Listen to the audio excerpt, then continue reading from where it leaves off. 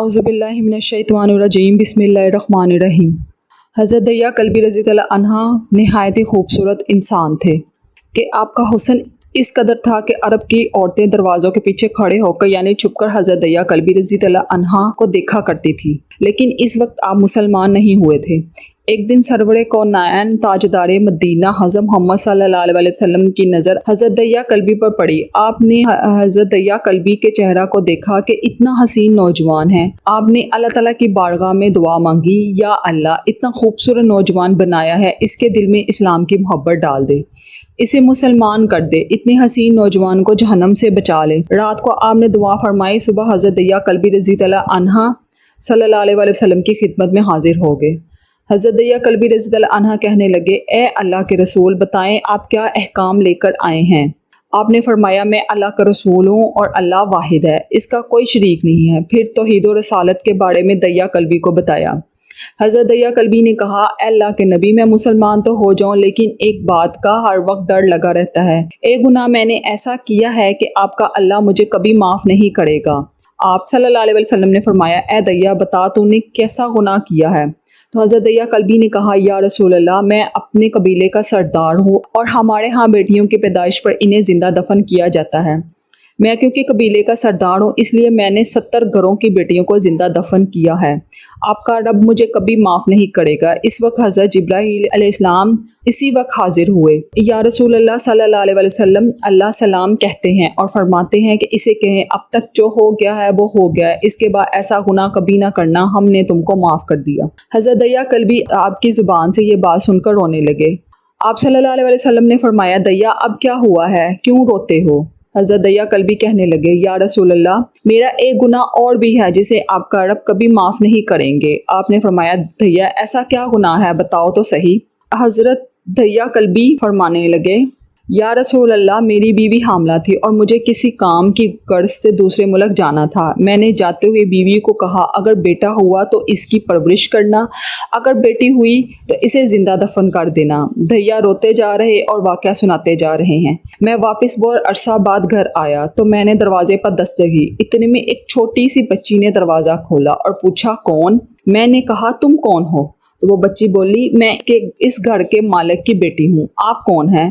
دیا فرمانے لگے، یا رسول اللہ صلی اللہ علیہ وسلم، میرے منہ سے نکل گیا، اگر تم بیٹی ہو اس گھر کے مالک کی تو میں مالک ہوں اس گھر کا۔ یا رسول اللہ، میرے منہ سے یہ بات نکلنے کی دیر تھی کہ چھوٹی سی بچی نے میری ٹانگوں سے مجھے پکڑ لیا اور بولنے لگی، بابا بابا بابا، آپ کہاں چلے گئے تھے؟ بابا، میں کس دن سے آپ کا انتظار کر رہی ہوں۔ حضرت دیا کلبی روتے جا رہے اور فرماتے جا رہے تھے، اے اللہ کے نبی، میں نے بیٹی کو دھکا دیا اور جا کر بیوی سے پوچھا، یہ بچی کون ہے؟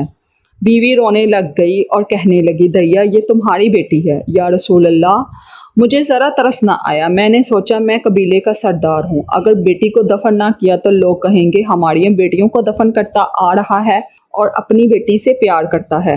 حضرت دیا کی آنکھوں سے اشک زاروں کے تار نکلنے لگے۔ یا رسول اللہ، وہ بچی بہت خوبصورت، بہت حسین تھی، میرا دل کر رہا تھا اسے سینے سے لگا لوں۔ پھر سوچتا تھا کہ کہیں لوگ بعد میں یہ باتیں نہ کہیں کہ اپنی بیٹی کی باری آئی تو اسے زندہ دفن کیوں نہیں کیا۔ میں گھر سے بیٹی کو تیار کروا کے نکلا تو بیوی نے میرے پاؤں پکڑ لیے، دیا نہ مارنا اسے، دیا یہ تمہاری بیٹی ہے، ماں تو آخر ماں ہوتی ہے۔ میں نے بیوی کو پیچھے دھکا دیا اور بچی کو لے کر چل پڑا۔ رستے میں میری بیٹی نے کہا، بابا مجھے نانی کے گھر لے کے جا رہے ہو؟ بابا کیا مجھے کھلونے لے کر دینے جا رہے ہو؟ بابا ہم کہاں جا رہے ہیں؟ دیا کلبی روتے جاتے اور واقعہ سناتے جا رہے ہیں۔ یا رسول اللہ، میں بچی کے سوالوں کا جواب ہی نہیں دیتا تھا، وہ پوچھتی جا رہی ہے، بابا کدھر چلے گئے تھے؟ کبھی میرا منہ چومتی ہے، کبھی بازو گردن کے قریب کر لیتی تھی، لیکن میں کچھ نہیں بولتا تھا۔ مقام پر جا کر میں نے اسے بٹھا دیا اور خود اس کی قبر کھودنے لگ گیا۔ آقا کریم صلی اللہ علیہ وسلم دیا کی زبان سے واقعہ سنتے جا رہے تھے اور روتے جا رہے تھے۔ میری بیٹی نے جب دیکھا کہ میرا باپ دھوپ میں سخت کام کر رہا ہے تو اٹھ کر میرے پاس آئی، اپنے گلے میں چھوٹا سا دوپٹہ تھا وہ اتار کر میرے چہرے سے ریت صاف کرتے ہوئے کہتی، بابا دھوپ میں کیوں کام کر رہے ہیں، چھاؤں میں آ جائیں، بابا یہ کیوں کھود رہے ہیں، اس جگہ کو۔ بابا گرمی ہے، چھاؤں میں آ جائیں۔ اور ساتھ ساتھ میرا پسینہ اور مٹی صاف کرتی جا رہی تھی، لیکن مجھے ترس نہ آیا۔ آخر جب قبر کھود لی تو میری بیٹی پاس آئی، میں نے دھکا دے دیا، وہ قبر میں گر گئی، میں ریت ڈالنے لگ گیا۔ بچی ریت میں سے روتی ہوئی اپنے چھوٹے چھوٹے ہاتھ میرے سامنے جوڑ کر کہنے لگی، بابا میں نہیں لیتی کھلونے، بابا میں نہیں جاتی نانی کے گھر، بابا میری شکل پسند نہیں آتی تو میں کبھی نہیں آتی آپ کے سامنے، بابا مجھے ایسے نہ مارے یا رسول اللہ صلی اللہ علیہ وآلہ وسلم۔ میں ریت ڈالتا گیا، مجھے اس کی باتیں سن کر بھی ترس نہیں آیا۔ میری بیٹی پر جب مٹی مکمل ہو گئی اور اس کا سر رہ گیا تو میری بیٹی نے میری طرف سے توجہ ختم کی اور بولی، اے میرے مالک، میں نے سنا ہے تیرا ایک نبی آئے گا جو بیٹیوں کو عزت دے گا، جو بیٹیوں کی عزت کو بچائے گا، اے اللہ وہ نبی بھیج دے، بیٹیاں مر رہی ہیں۔ پھر میں نے اسے ریت میں دفنا دیا۔ حضرت دیا کلبی رضی اللہ عنہا واقعہ سناتے ہوئے بے انتہا روئے۔ یہ واقعہ جب آپ کو بتا دیا تو دیکھا تو آپ صلی اللہ علیہ وآلہ وسلم اتنا رو رہے ہیں کہ آپ کی داڑھی مبارک آنسوؤں سے گیلی ہو گئی۔ آپ نے فرمایا، دیا ذرا پھر سے اپنی بیٹی کا واقعہ سناؤ، اس بیٹی کا واقعہ جو مجھے محمد کے انتظار میں دنیا سے چلی گئی۔ آپ صلی اللہ علیہ وسلم نے 3 دفعہ یہ واقعہ سنا اور اتنا روئے کہ آپ کو دیکھ کر صحابہ کرام رضی اللہ عنہ رونے لگ گئے اور کہنے لگے، اے دیا کیوں رلاتا ہے ہمارے آقا کو، ہم سے برداشت نہیں ہو رہا۔